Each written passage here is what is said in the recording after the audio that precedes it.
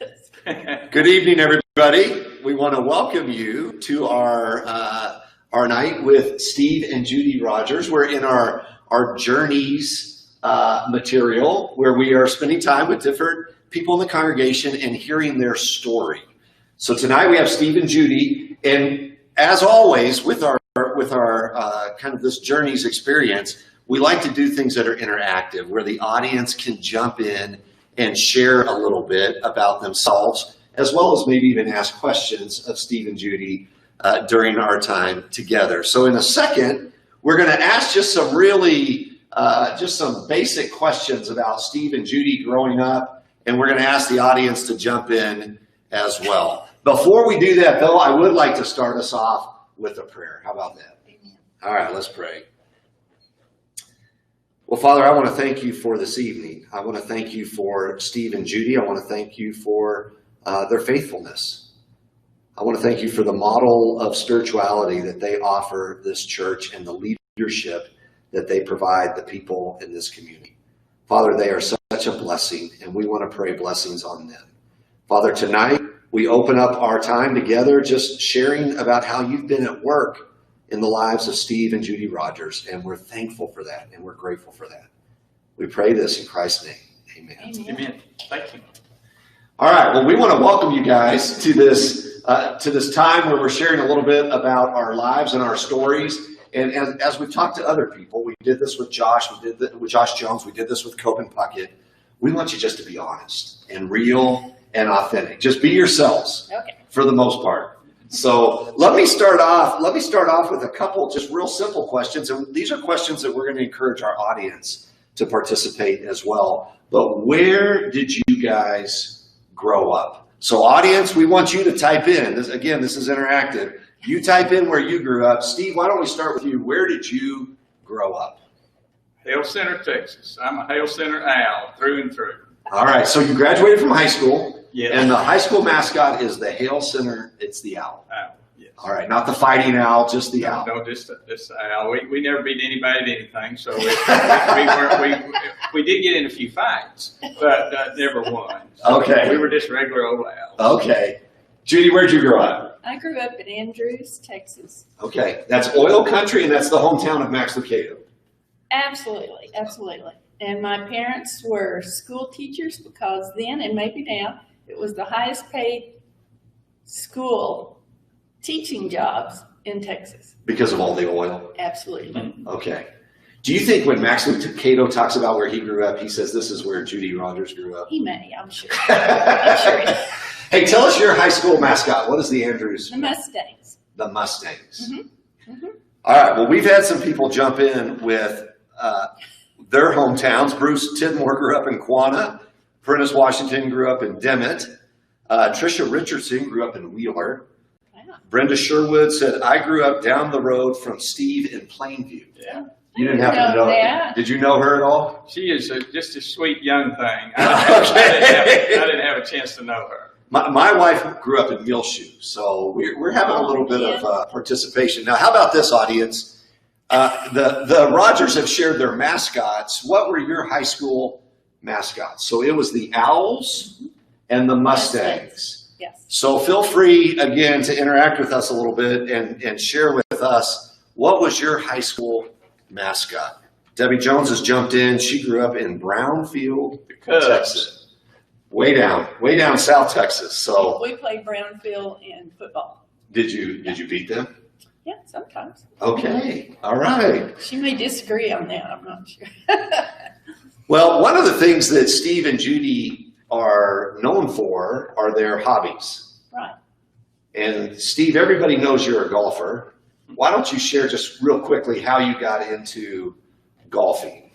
Well, when I went into high school, they had built a little 9-hole dirt golf course there at Hale Center, and when I went into high school, I was just playing too small to play football. Okay. And so every day at 2:30, when the big fellas would go play football, well, I'd go get in my '54 Chevy and drive out west of town to the little golf course and play golf by myself. And so I learned how to play like that. And what's interesting is, there's not one of those big fellas still playing football. But you're still playing golf. Still playing the golf.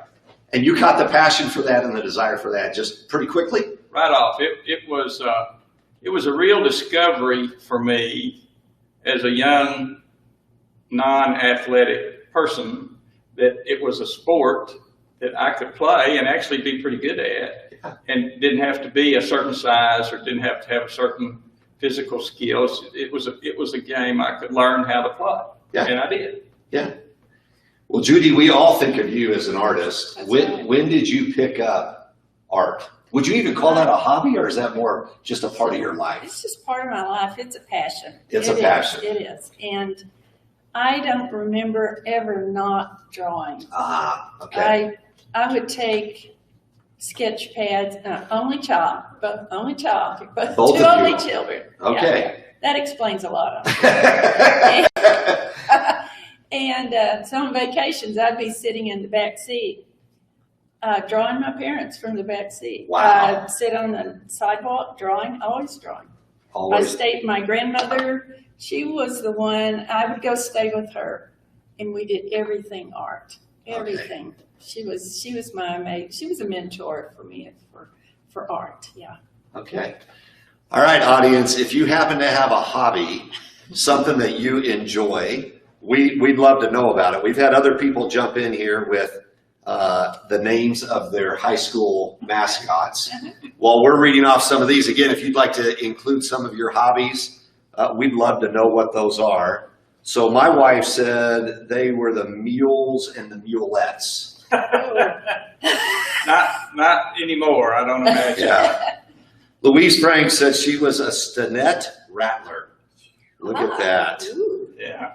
Suzanne Couch was a Fort Worth Pasquale Panther.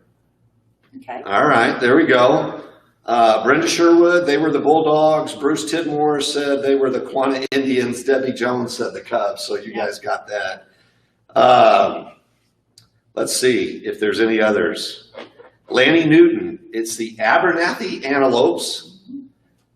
And he said the Hale Center Owls were our arch rivals. So what were you? I was a Walnut Mustang, and I grew up in the California area. Okay. A Walnut Mustang. Any other hobbies that you guys, is there anything else that interests you outside of the golf and the art, or is that pretty, We love to travel. You do like to travel? We do like to travel. You guys go to some interesting places. We do. We've been blessed. We've got to do some fun stuff. And you guys also like to spend a lot of time with grandchildren. Is that a hobby, or is that just? Oh man, that's another passion. Oh my, yeah. Have 7 here in town and 2 in Nashville. Wow. Wow.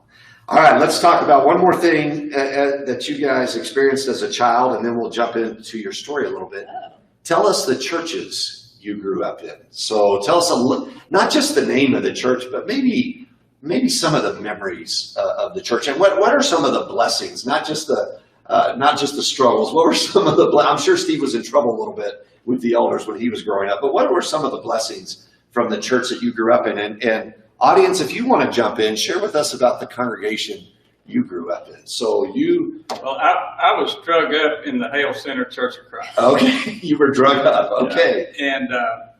And I would say that the greatest memories that I have of that church were of how sweet the old people were to me. Okay. And as an only child on the farm, I guess still don't have any friends, and so I was. The old folks were just really sweet to me. Yeah. And like Ma Laney was a sweetheart, and Ms. Glanton, who would take care of me, and Steve Wood's grandmother, whoa, Ms. McKnight, lived right across the street from the church, and she was housebound in her later years, and I would, on Sunday nights, whenever, if you'll recall, in the old days in the Churches of Christ, you'd have communion. And if you'd missed Sunday morning church, you had to go down to the front and they'd serve you communion. That's right. Well, when they would do that, I would take communion across the street and serve it to Ms. McKnight. Steve's grandmother. Steve Wood's grandma. That's neat. That's neat. Mm-hmm. What church did you grow up in? I grew up in the Methodist church. Okay. And I remember a lot of the beautiful traditions, but most of all, it was a beautiful church, but all our neighbors, all friends. And there were a lot of kids that I grew up with and went to school with that went to church, and then we were in the Methodist youth. I remember going to a church camp. Yeah.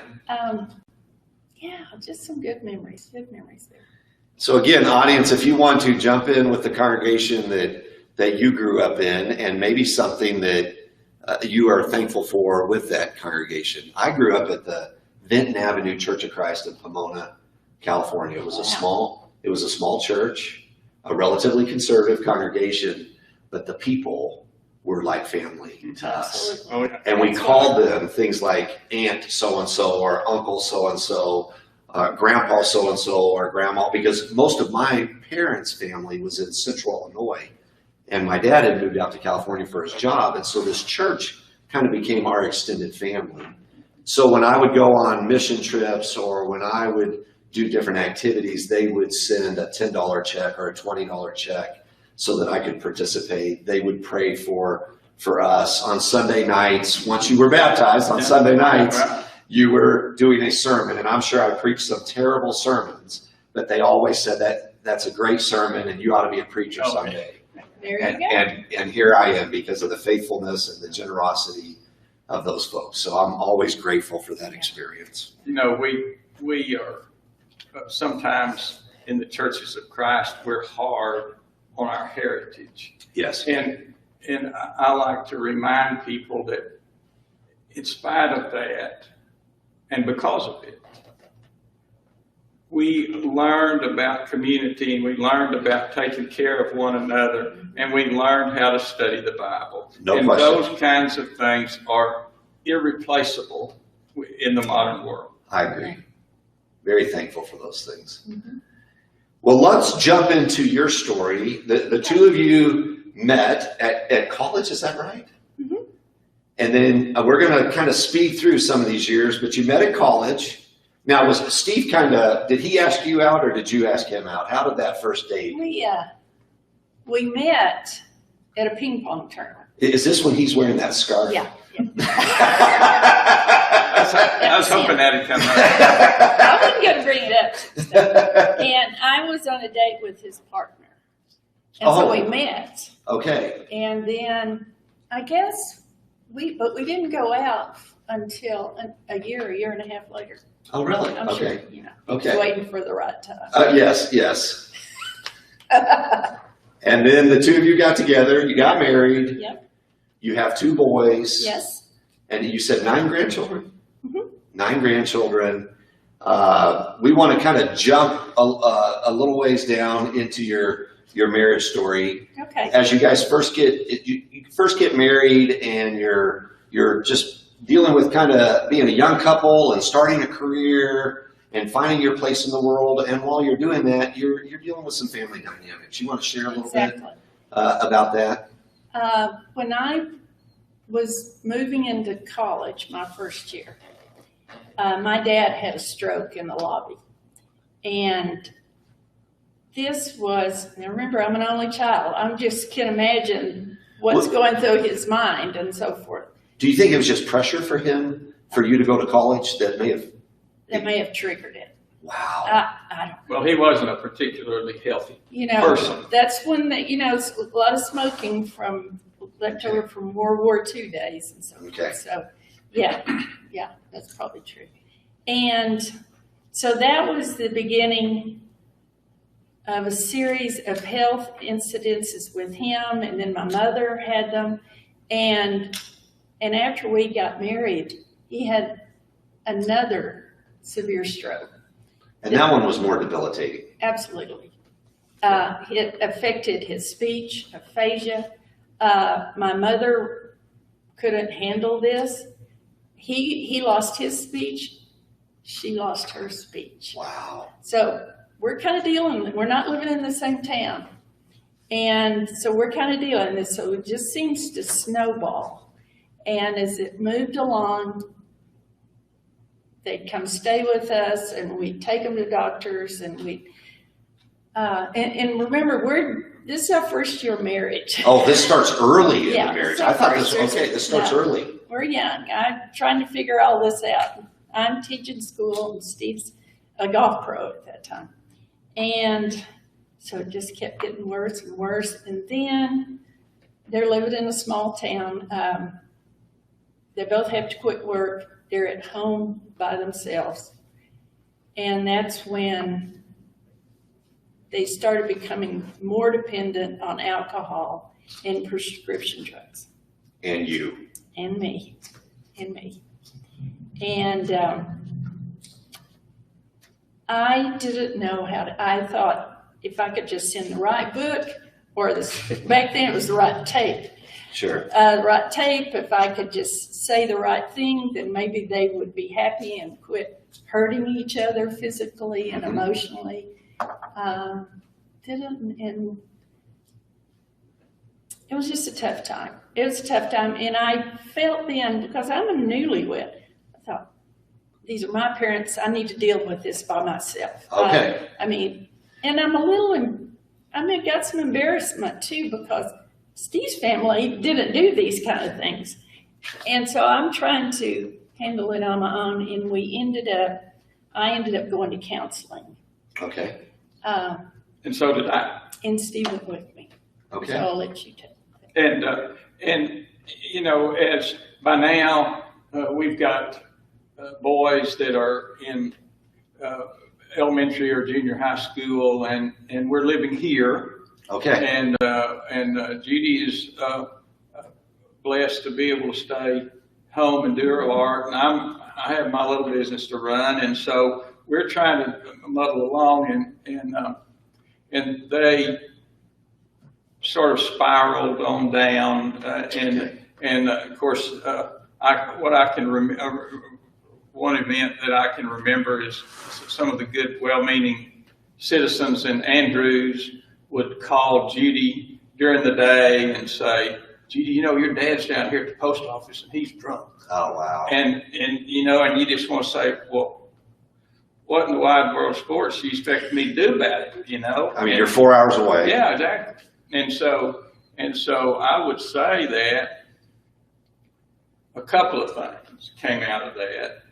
The first thing was it made us get over the embarrassment of their behavior. Okay. And there's some stories that we won't share tonight, but it was embarrassing. Yeah. Their behavior was embarrassing to us.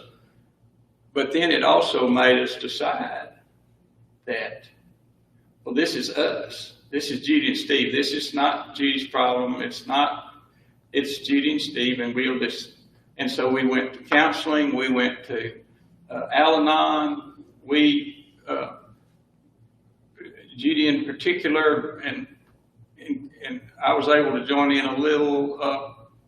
We just learned about the addictions and how to deal with them, and how to set boundaries with them and things of that nature. Exactly, and how to and we had to learn that no, I'm not going to do that, and you don't get to do it either.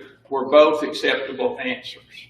Yeah. Now, we weren't particularly good at doing that, you know, but we learned together that was okay. So one of the blessings for the two of you that came out of dealing with Judy's parents is that as a couple, this wasn't Judy's problem. This was, as a couple, you were going to manage this, but also grow and mature through this whole thing. Yeah. I remember Paul Sneed. He was my church daddy here. Okay. He walked with me through this, with us, but especially me. Wib Newton was here. And Wib started a program, a codependency program, I mean, if this wasn't a God thing, we're dealing with this and trying to figure out, you just asking somebody to stop drinking or that's not, it just didn't work. And for him to start a codependency program, and I got in that, and it was just like somebody had written that book, Boundaries, about my life, about our life. And it just resonated so distinctly for you. It was. Well, first of all, that I'm not the first person that's ever gone through this.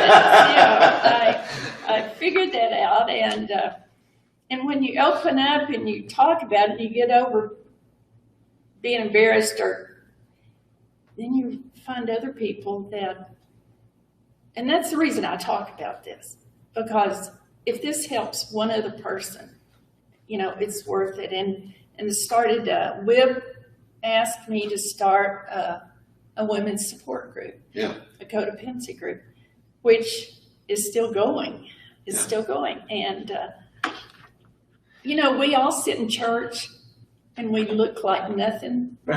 Everything looks like we've got it together. We look like we're just fine.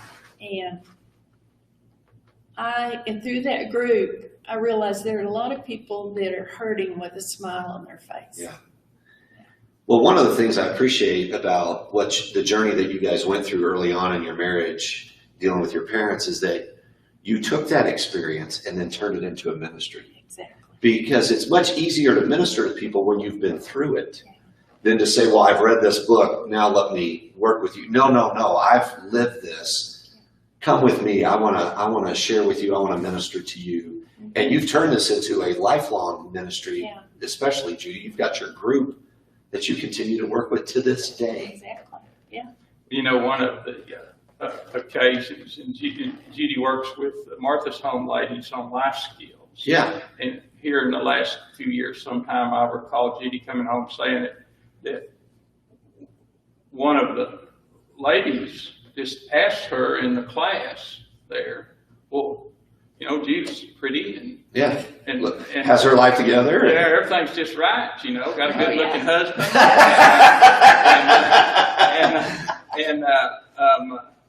And the lady just says to Judy, well, what have you got to say? What's ever gone wrong in your life? Yeah. And so Judy tells that story. And as you said, and there's an instant connection. Yes, this is somebody who I can relate to. This is somebody's going to understand. Now. That's right. Yeah, I do. Yeah. So as you continue to mature in your faith walk, the next thing that comes along is MS, is multiple sclerosis. You want to share a little bit about how that shows up in your life? How long have you been married? Where are you at with the boys? And are there grandchildren? And share a little bit with us about that. Well, we've been married 30 years, and it's in the fall, and I'm pushing this huge basket around Hobby Lobby full of stuff, and Hobby Lobby started spinning. Oh, really? It started spinning. And my brain was trying to tell my feet to move along, and they wouldn't do it. Wow. And so, fortunately, I didn't live too far from Hobby Lobby, so I just left the basket, went home, and then started a series of testing. And so you went to the doctor pretty quickly. I had, That episode more or less passed, but just within a few days, we were at home, and she had in MS parlance, it's called an exacerbation, and so she has this exacerbation, and so her vision becomes cockeyed, and so the whole world is turned sideways for her, and she's has her extremities are experiencing some numbness and some things like that. So I call for the ambulance, and so the ambulance comes and takes her to the hospital, and so that's when all the testing begins and all that sort of thing, and so she stayed 2-3 days there in the hospital, and so and MS is an insidious ailment in that there's no test for it. Okay, there's just no direct. There's symptoms. Eliminate. Okay. They test for everything they can, and if it's none of that, then they decide it's MS. Okay. You know, and so for the first 2-3 years of the doctors would say, well, we have a working diagnosis of MS, but the main thing is they put Judy on the MS medicine right away. We were blessed to have a doctor that was very aggressive, and he put her right on the MS medicine right away, and it worked. Oh, you can and tell and she began to feel better. Okay. And so over time, then it's become clear that she has MS. Yeah. And so the boys are out of the house. They're grown. They're out of college. They're out of the house. They're married. Both are married. Yeah, Both they're are married. Yeah.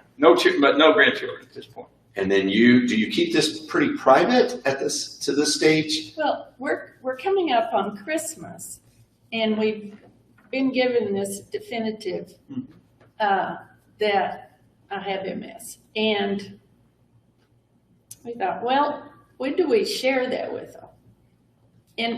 And so we decided, well, let's get through Christmas Day, and then we sat down and shared with them. And one of my daughter-in-laws had a close friend who had very progressive MS to the point. Debilitating. Yeah, he's in a wheelchair, can't hardly use his hands. So she was very emotional and we talked, you know, it doesn't have to end up that way. And so anyway, that was a hard conversation, but we had good doctors and a good program. Yeah. Where is God in this for you guys? Are you angry with God? Are you frustrated? Are you turning to God for comfort, for encouragement? Do you feel like He's walking alongside of you through this? Where would you describe how would you describe your relationship with God while you're in the middle of finding this out, especially in the first couple of years? God and I were having some very serious conversation, very blunt. Okay. But He has been with us the entire time.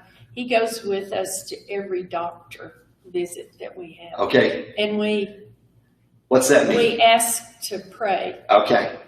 with the doctors, and we ask the doctors, what can we pray? What are their prayer concerns in their life? So every medical visit involves prayer. And when Steve and I were talking about this last few days, it's dawned on me that Steve was with me at every MS doctor visit. Okay. So they know that we were a team. Yeah. When I got into MS, I got involved with the MS Association and so forth. I found out that a lot of wives or husbands, the spouses didn't hang around. They couldn't cope. Yeah. They were gone. They were out. A lot of stories about that. So not only do some of these folks have a difficult disease, but then they're abandoned. Exactly. And this is when you need support and help and encouragement the most. Exactly. And so for the two of you, you had become this team early on in your marriage to deal with some of the things that Judy was struggling with her folks. And that team thing just continued. When we got involved with a program with the company that makes my medication. And they asked us to come in and learn how to give talks and so forth. And so we're in this room with a lot of couples that are in here for that to be trained. And they kind of want to know our story and so forth. And they got to Steve, and he said, I'm Steve, this is my wife, Judy. And when Judy was diagnosed with MS, then it's not Judy, it's we have MS. Okay. And it was like collective, oh. The group, and a lot of wives were knew that. But that's true. He's in this. We're in this together, no matter what it is. Yeah. And you guys have met some interesting folks along the way. Yeah. Yeah, well, we were able to combine the MS with golf. I know It's amazing how that works. I know that's a surprise to everybody. Well, the cowboy singer Clay Walker has MS. Yeah. And he puts on a golf tournament out in California. And so we went a few years ago and just went and enjoyed the week and whatnot and listened to him tell his story. And so we went back the second year and we're on the way out there and Judy turns to me and says, I'm meeting Clay Walker this year. And I said, yeah, right. Okay, that'd be good. And so after the first round of the tournament, well, they have a big dinner, a white tablecloth dinner and whatnot. Well, of course, Clay Walker is the star and he's got this entourage of people. And so I'm just thinking, great. So we walk in to try to find our table. Well, here's Clay Walker and his wife over in the corner all by himself. And it's the two of them over there. And I said, well, there you go. It's his chance right here. So here she goes across there and just goes right up to him, sticks her hands out and says, I'm Judy. And of course, he's just thinking, yeah, here's another gray-headed woman going to tell me I'm cute, you know. She said, and you and I were diagnosed with MS at about the same time. And so now they have something to talk about. So they're talking back and forth, and of course, and they're facing one another, and his wife and I are facing one another, and we're just standing there smiling, you know. And after we talked there for several minutes, when then people start coming around and all thing, and he says, I think I probably need to see these people. He said, it's okay if I just give you a kiss on the cheek. And you know, she took him up a little quicker than I might have liked. But that's where it all started. And so we've become friendly with Clay and gone back to his golf tournament. And so now Judy paints a painting and they auction it off. And this year's event was canceled. But Judy did a painting, and they auctioned it off online, and so it's and the funds go to multiple people with multiple. He has organized a charity called Band Against MS. Okay, and so that's the beneficiary of the event, and so so it's been fun. We've met some friends, and we've got some friends out there now. It's just kind of fun. So where is God in this as it relates to ministering to others? Because we've seen this earlier in your life where you've had an obstacle or a challenge and it's turned into a ministry to others. How have you ministered to others in this world? Well, we have, we've given those talks, and then during that, I would be given this list of names, and I would call ladies around my age who had just been diagnosed with MS all over the United States. You'd give them a personal phone call? Give them a personal phone call. They were about to start the same medication I was on. But that was, and we talk about God. Okay. I had to put down there my interests, so they would try to match me up, but I always put, I'm a believer, you know. Yeah. And this one lady I talked to in New Orleans, and she was talking about God, and I said, you know, I know God too. God's getting me through this. And she said, I could just tell when we were talking that you knew God. That's good. I'm good. And so God's just been, I don't know how people could get through anything without having God just to turn to lift you up, to comfort you. Just, I don't know how they do it, but I know that every day is just all about, starting the day, it's just all about how God is just maneuvering us. He puts us together. He puts us with other people. He puts people in our lives. We had a young couple call. She was diagnosed with MS, and she was it's just interesting how misinformation people get. I bet that's right. And Yeah. so they had some misinformation and they were afraid to start a family or do anything. And so we met them for coffee. Don't know them, become friends. It's been, and it's much important for Steve to talk to the spouse how to get through this. Because it's both people. Yeah. Well, and most of the spouses or the caregivers and especially the husbands, MS is interesting in that it is, there are more women with MS than there are men. Oh, okay. I didn't know that. Yeah, it's more, for whatever reason, more women get MS. And so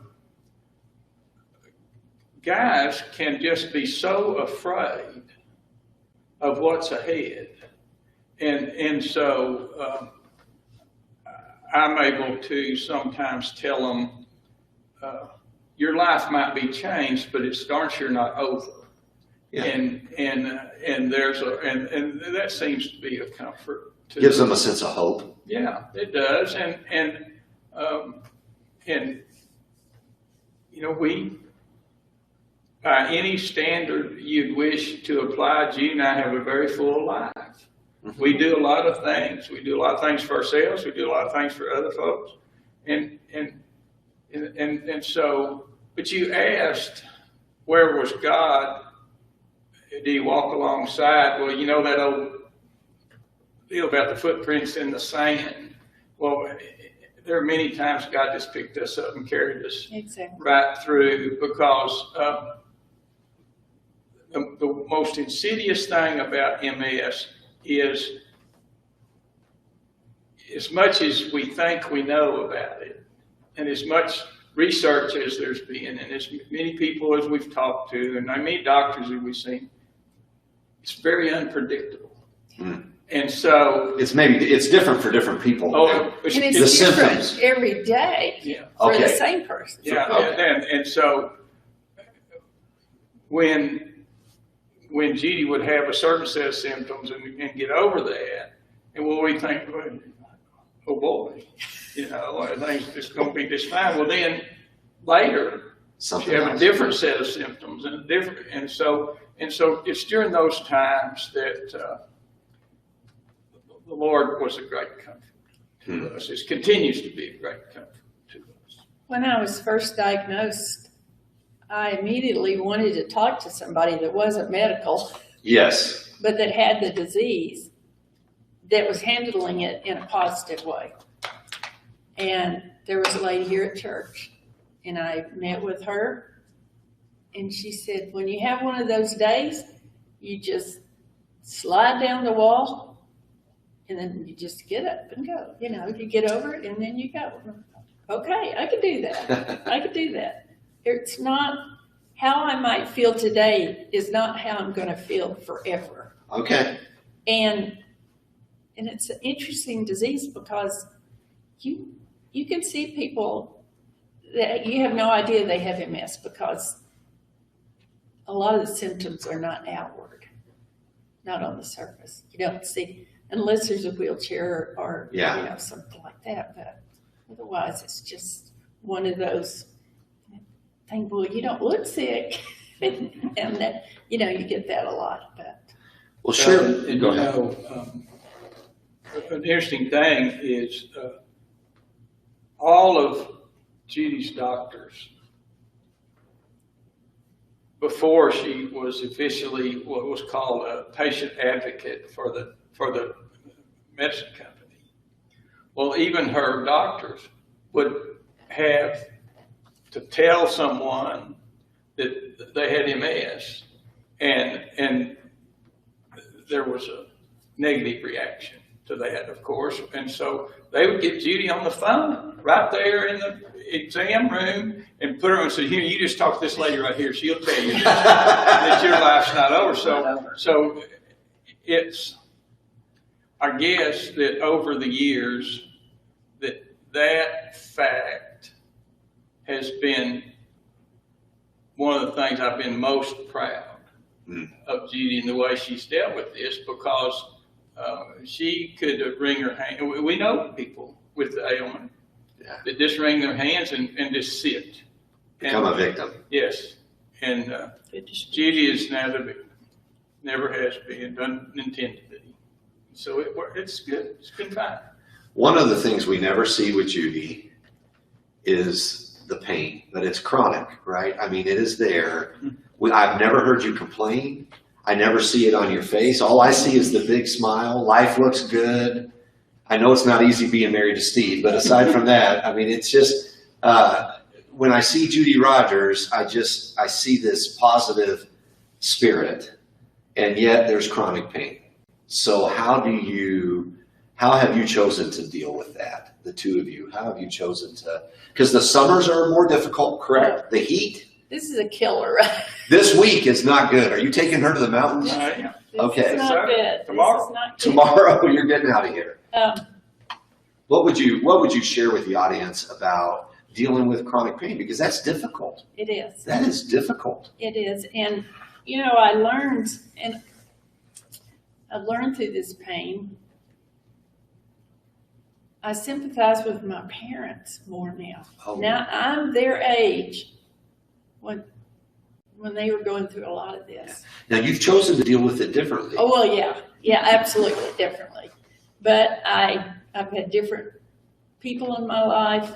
You know, it's just, it was a different time. It was a different time. But I've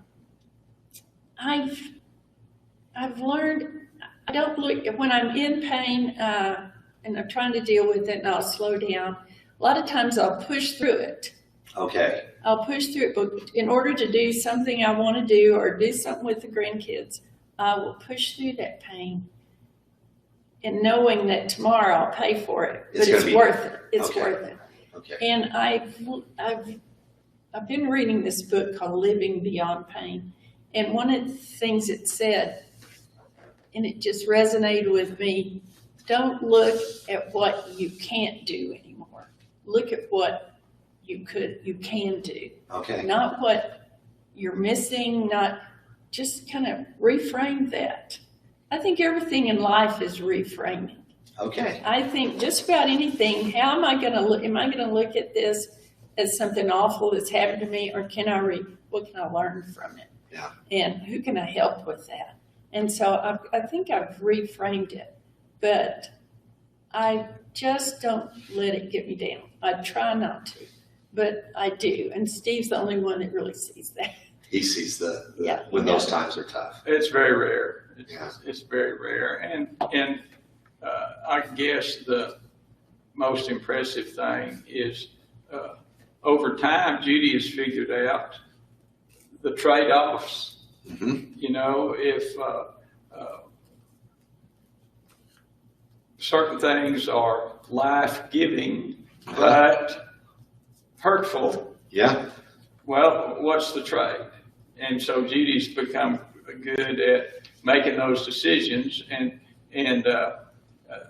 you know, we kept all 6 of the grandchildren here for a week or so back in the fall before number 7 was born, so that Kelly and Mason could have a trip. And so Judy planned for that week, and she knew that at the end of the week she's going to be pretty wrung out. But it was a fair trade. It was a fair trade. Those kids got the benefit. They don't see, they're just like you. They don't see anything but Ma and all the things associated with being Ma. And then that's good. I mean, and you know, we joke about it. You hear the expression, fake it till you make it. Yes. And that's real, by the way. That's a real way to live. And so it's a good way to live. Yeah. Okay. Well, let's transition a little bit now and talk a little bit about how you're dealing with this coronavirus. And because of the MS, you're probably at a higher risk, and there's greater concerns there. So you are You're probably indoors a lot more. You probably have to be a lot more careful. How are you guys weathering the last 4 or 5 months here with this coronavirus? Share a little bit with me about the pandemic and how you're dealing with all that. Well, for the first time in my adult life, I've been considered essential. And so I've gone to work every day, which has been good. Yeah. For both of us. I'm not underfoot all day long. And then Judy, of course, has done her quarantine series of paintings. Mm-hmm. Yeah. Yep. And so you're having to participate with worship through the digital experience, the Monday through Thursday morning prayer time. Thank you. I love the morning prayer time. I absolutely love it. Thank you for that. And so you're doing the digital experience. Mm-hmm. It's not quite the same as in person, but it's fruitful for you. It is. We have church on Sundays on the patio. Okay. Kind of nice. Okay. And now keep in mind, we're a couple of only children. Yeah. We're a little past antisocial, but we're not very social. You don't need a crowd of people? No. Now, what's the singing like? You don't have Kevin Schaefer on your patio, except through the... We have birds. We have birds out there. Appreciate the birds. Which are a cappella, by the way. Yeah, they are. And I think Max Lucado has just risen to the top. Yeah. Every day he's done a devotional, checking in with people, and so that's been You listen to his podcast. I listen to his podcast every day, and again, he's an Andrews guy, so you guys share that experience. Andrews guy. And his father, I think, died of Lou Gehrig's disease. He did. Yeah, which it seems that those may be related, maybe, or yeah, They're logical. Yeah. branches of the same poisonous tree. Okay. So Max Lucado's helpful. Yeah. What else are you doing to kind of weather? Now I'm home all day, every day. Okay. I mean, truly, and sometimes I'm painting. I'm blessed that I have a studio and I can paint and. Is it difficult to paint with MS, or is it? It's. Or you just paint through it? Sometimes my hand gives out or this or that, so I just have tape breaks here and there. But I had to stop going to my physical therapist. I had to start going to my workout, and so I Googled old lady exercise videos to music. Okay. You wouldn't believe what you could come up with. So our audience, they need to Google old lady exercise tapes or exercise to video music. All right. Whatever. Old ladies exercising to video music. Exactly. All right. And so, what do you get when you do that? you get this guy, and you're exercising. You pick your length of time, and I put the video up there, and so I'm dancing and doing a little cha-cha. Is Steve doing the cha-cha? Steve has started doing it with me pretty much from the beginning, as long as I don't make fun and laugh at him. Okay, and I get behind her in another room, and where she can't see. Let's just say that there wasn't a whole bit of dancing at the Hale Center Church of Christ. No, I know. I don't have a dance background. So we were thinking we have a recital one of these days. I'm sure that would be. Well, we would pay money if you would video Steve. And I'd like to ask the audience if they're doing anything interesting or creative during this coronavirus, because that's pretty dancing to or watching an older person dance and then trying to do those moves yourselves. It was great. It's just so fun. And but it's a little bit of exercise. It is get your heart rate going. Yeah. Okay. Yeah. All right. Yeah. All right. I like it. One thing we're doing is this program called the Bible Recap. Okay. And it's reading the Bible through in a year. Okay. It's amazing.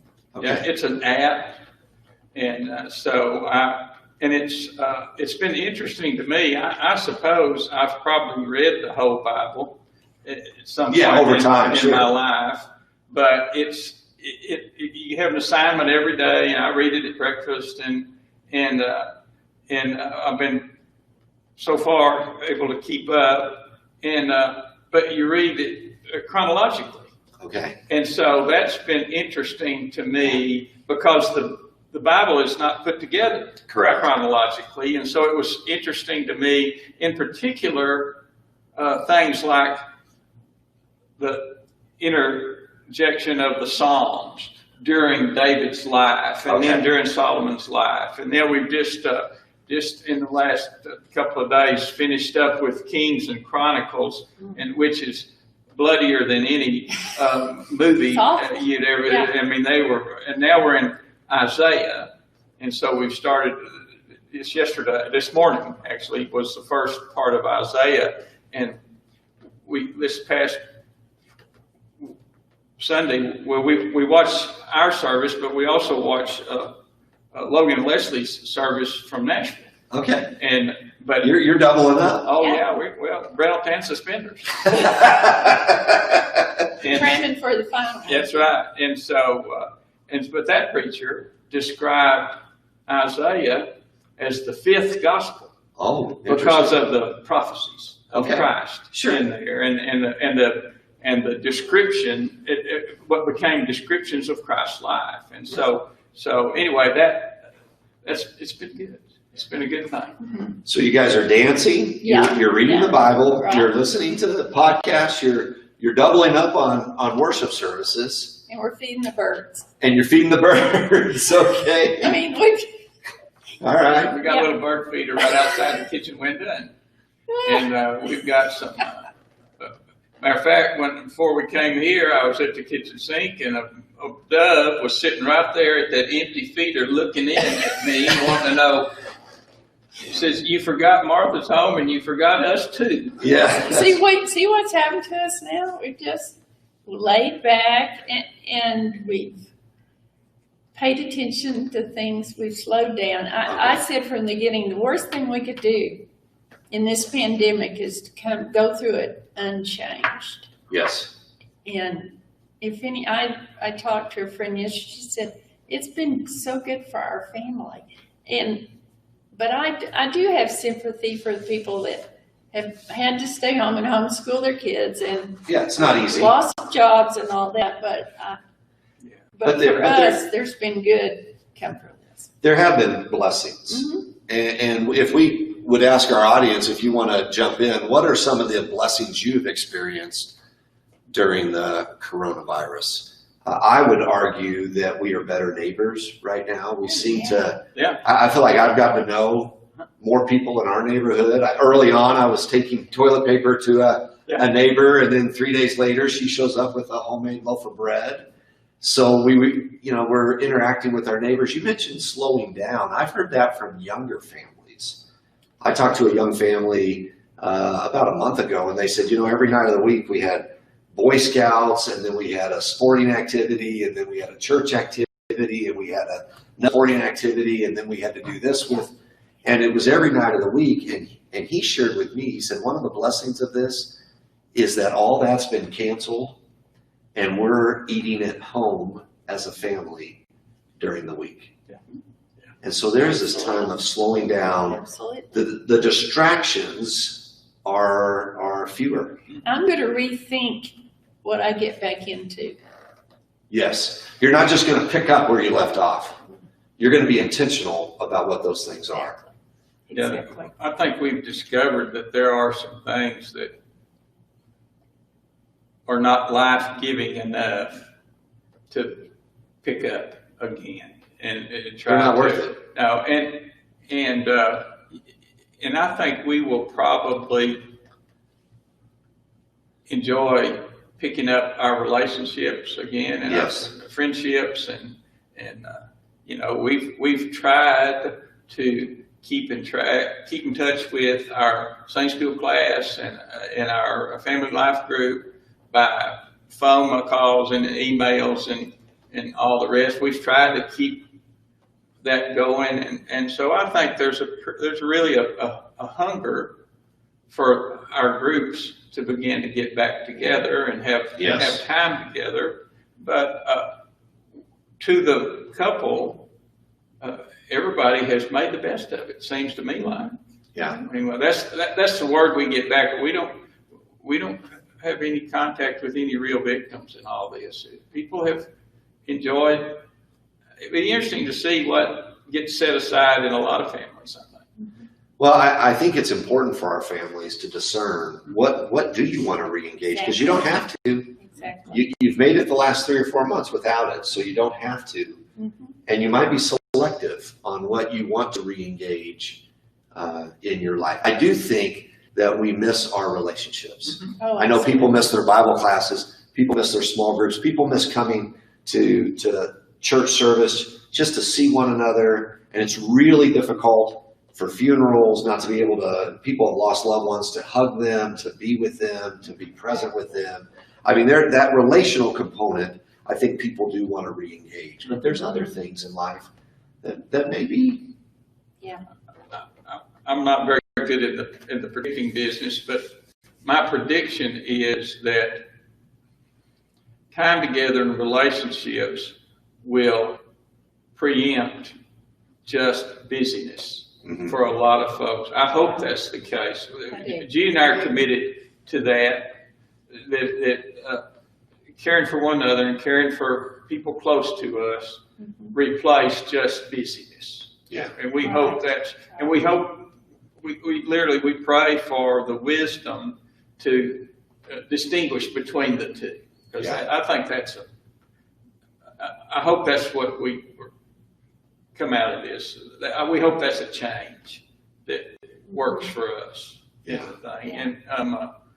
And you know, we'd like to be able to go back to the movie. We've watched most of the black and white series from the 50s and 60s. You know, we're about caught up on all that stuff. Some of those TV shows. Yeah, Maverick and 77 Sunset Strip. We've seen them all. We've seen them all. Mannix.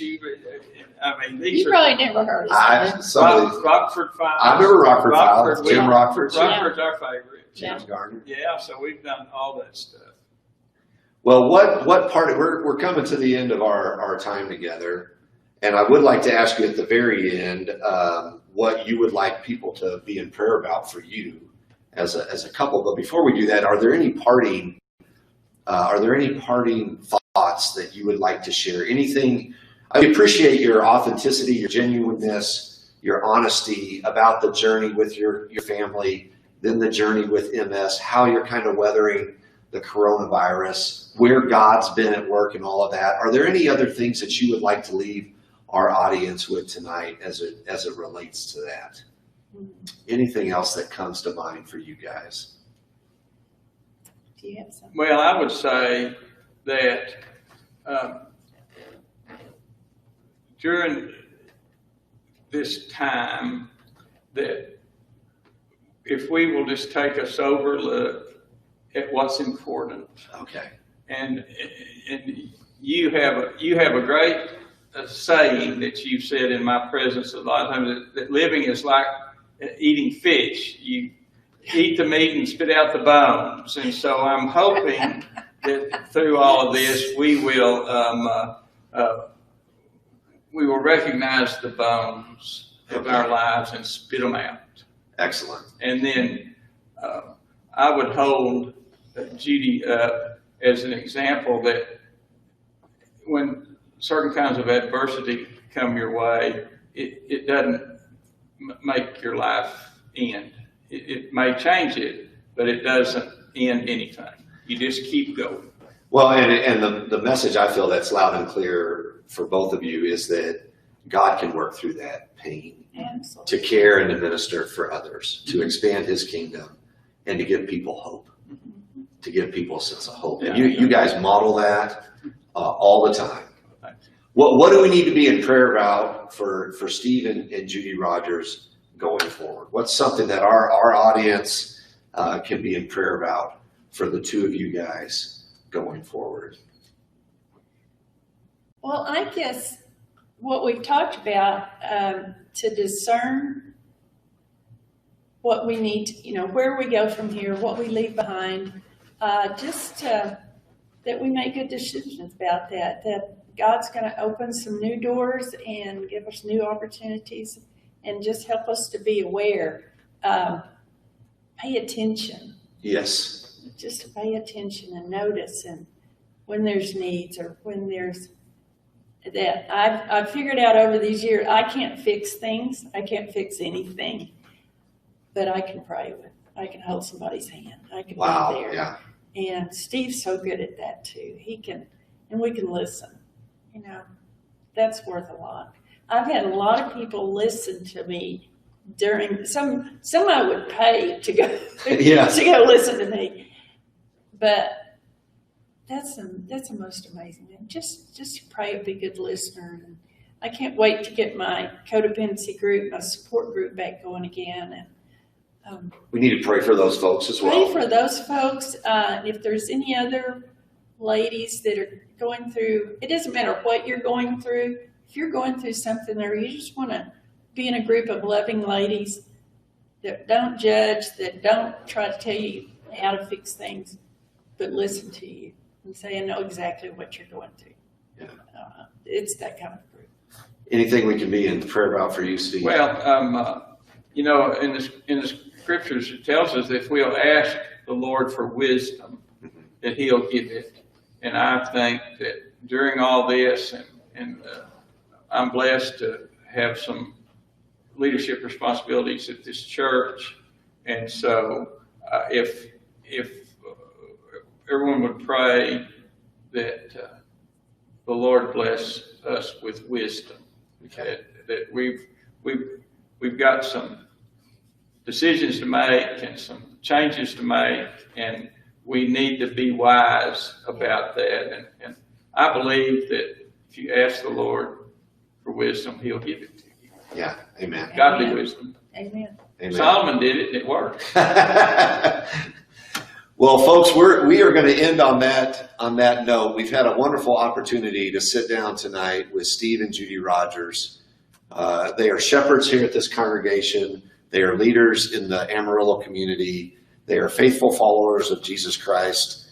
And we are just blessed to hear from them about their faith walk, about their life story, and where God is at work in their life. And so that's what we're trying to do with this whole Journeys series. And we thank you for being a part of that with us this evening. God bless.